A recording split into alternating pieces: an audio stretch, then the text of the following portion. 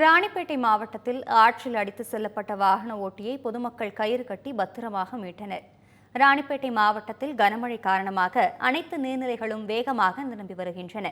குறிப்பாக கல்லாற்றில் பெருக்கெடுத்து ஓடும் வெள்ளத்தால் நெமிலியிலிருந்து நாகவேடு வழியாக அரக்கோணம் செல்லும் தரைப்பாலம் நீரில் மூழ்கியது.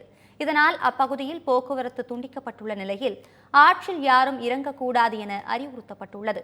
இந்த எச்சரிக்கையை பொருட்படுத்தாமல் இளைஞர் ஒருவர் இருசக்கர வாகனத்தில் ஆற்றை கடக்க முயற்சிக்கவே அவர் வெள்ளத்தில் அடித்து செல்லப்பட்டார். அருகே இருந்தவர்கள் கயிறு கட்டி அவரை பத்திரமாக மீட்டனர்.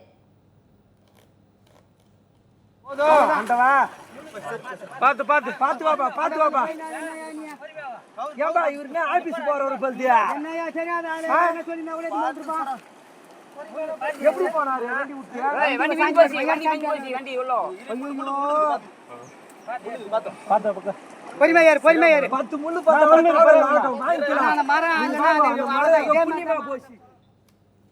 கனமழை காரணமாக வாழப்பாடி அடுத்த ஆணிமடுவு அணையிலிருந்து வசிஷ்ட நதியில் தண்ணீர் திறக்கப்பட்டதால் தரைப்பாலம் வெள்ளத்தில் அடித்து செல்லப்பட்டது.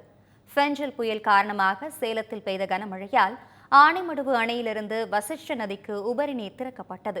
இதனால் ஆற்றில் வெள்ளப்பெருக்கு ஏற்பட்டதுடன் கரையோர பகுதிகளில் வசிக்கும் மக்கள் கடும் அவதியடைந்தனர்.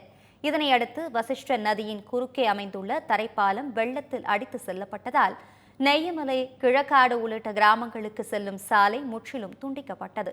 ஆகவே தரைப்பாலத்தை புதிதாக கட்டித்தர வேண்டும் என விவசாயிகள் மற்றும் பொதுமக்கள் கோரிக்கை விடுத்துள்ளனர்.